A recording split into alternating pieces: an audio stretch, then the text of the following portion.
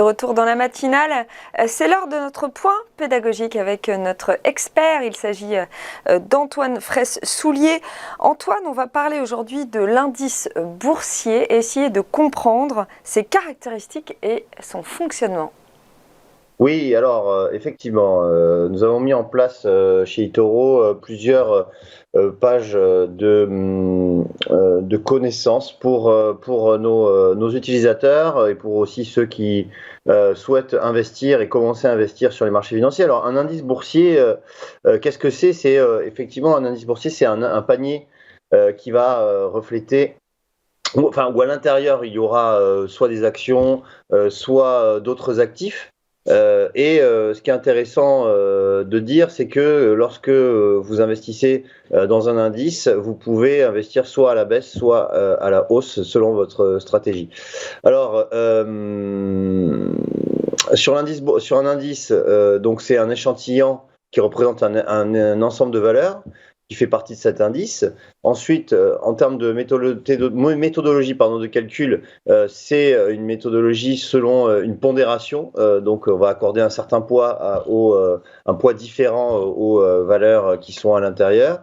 Et en termes de base de référence, c'est calculé à un moment donné. Donc, par exemple, le CAC 40 qui a été créé le 1er janvier 1988 et a démarré avec une base de 1000 points.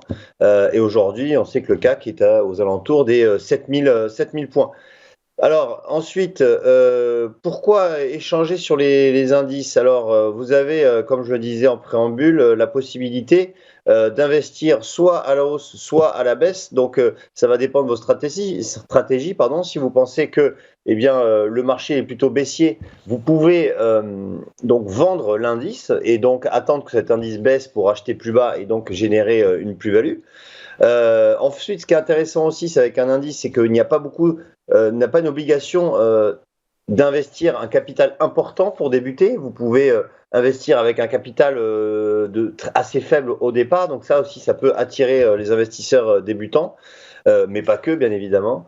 Et aussi, vous diminuez votre risque, hein, puisque étant donné que vous achetez lorsque vous achetez un indice, vous achetez un panier de valeurs, donc vous diversifiez de fait votre investissement, puisque par exemple, lorsque vous achetez l'indice CAC 40, vous achetez les 40 valeurs qui composent cet indice, et donc vous avez donc une diminution du risque, parce que si vous achetiez qu'une seule valeur, vous êtes forcément beaucoup plus exposé. Alors, pour terminer, on va revenir sur les types d'indices boursiers qui existent donc en bourse.